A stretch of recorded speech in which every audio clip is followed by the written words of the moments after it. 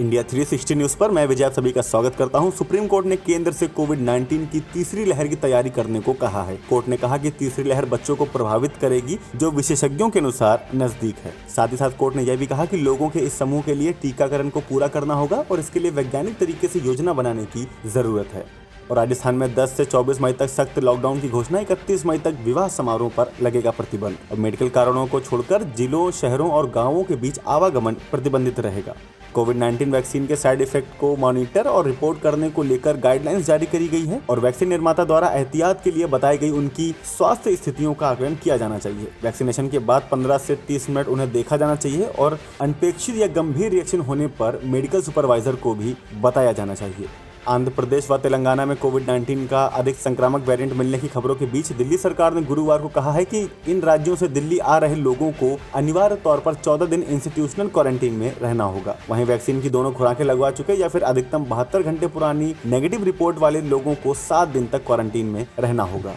और झारखंड के मुख्यमंत्री हेमंत सोरेन ने गुरुवार की रात ट्वीट करके बताया कि आज आदरणीय प्रधानमंत्री नरेंद्र मोदी जी ने फोन किया। उन्होंने सिर्फ अपने मन की बात कही और बेहतर होता कि यदि वे काम की बात करते और हम काम की बात को सुनते। रिपोर्ट के मुताबिक प्रधानमंत्री ने गुरुवार को कोविड-19 की स्थिति को लेकर कुछ राज्यों के मुख्यमंत्रियों से फोन पर बात की थी।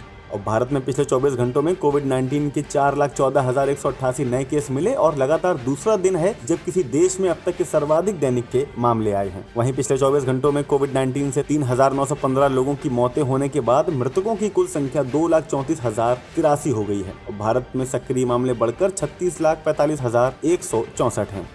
और डीएमके प्रमुख एमके स्टालिन ने शुक्रवार को तमिलनाडु के मुख्यमंत्री पद की शपथ ग्रहण की है। उन्हें राज्यपाल बनवारीलाल पुरोहित ने शपथ दिलाई है और उनके साथ दुरई मुरुगन समेत 33 नेताओं ने मंत्री पद की शपथ ली है। गौरतलब है कि डीएमके के नेतृत्व वाले गठबंधन ने विधानसभा चुनाव में राज्य की 234 में से 159 सीटों पर जीत हासिल की थी।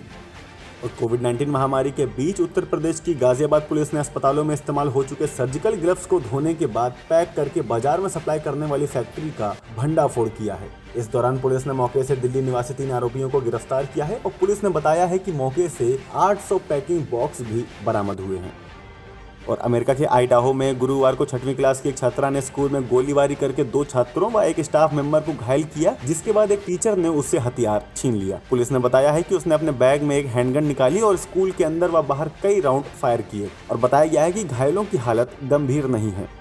विदेश मंत्रालय ने शुक्रवार को दिल्ली पहुंचे स्विट्जरलैंड, नीदरलैंड और पोलैंड द्वारा भेजी गई कोविड-19 सहायता की तस्वीरें साझा करके उनका आभार जताया। और नीदरलैंड से 449 वेंटिलेटर्स, 100 ऑक्सीजन कॉन्सेंट्रेटर्स और अन्य चिकित्सा आपूर्ति, स्विट्जरलैंड से 600 ऑक्सीजन कॉन्सेंट्रेटर्स, 50 वेंटिलेटर्स और अन्य मेडिकल सप्लाई और पोलैंड से 100 ऑक्सीजन कॉन्सेंट्रेटर्स से लेकर अलग अलग विमान शुक्रवार सुबह भारत पहुंचे। और राजस्थान के पूर्व लेग स्पिनर और रणजी ट्रॉफी जीतने वाली टीम के सदस्य रहे विवेक यादव का कोविड-19 के चलते 36 साल की उम्र में निधन हो गया। विवेक यादव का कैंसर का इलाज चल रहा था और कीमोथेरेपी के लिए अस्पताल गए थे, जहां उनका कोविड-19 का टेस्ट पॉजिटिव आया। और पूर्व क्रिकेटर आकाश चोपड़ा ने ट्वीट किया कि एक करीबी दोस्त अब दुनिया में नहीं रहा।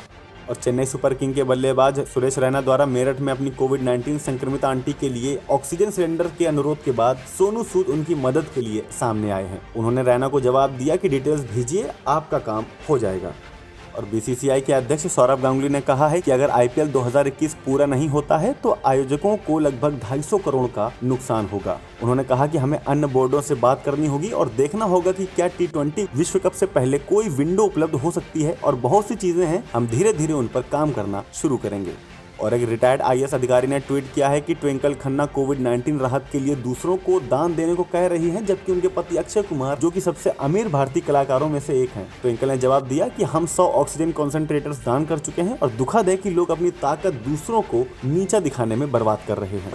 पंजाब के फगवाड़ा में पिछले हफ्ते साथी कॉमेडियन संकेत भोसले के साथ हुई शादी के दौरान कथित तौर पर कोविड-19 नियमों का उल्लंघन करने को लेकर कॉमेडियन सुगंधा शर्मा के खिलाफ केस दर्ज हुआ है। समारोह में बड़ी संख्या में पहुंचे लोगों का वीडियो वायरल होने के बाद सुगंधा लड़की पक्ष, रिजॉर्ट के मालिक और मेहमानों पर केस किया गया है। और वेब सीरीज मिर्जापुर फेम अभिनेत्री रसिका दुग्गल ने गुरुवार को मुंबई में कोविड-19 की वैक्सीन की पहली डोज ली। उन्होंने इंस्टाग्राम पर एक टीकाकरण केंद्र पर वैक्सीन लेने की अपनी तस्वीर भी शेयर करी है। उन्होंने लिखा कि आखिरकार वैक्सीन लग गई है और हालांकि बहुत कोशिशों के बाद अपॉइंटमेंट मिला है।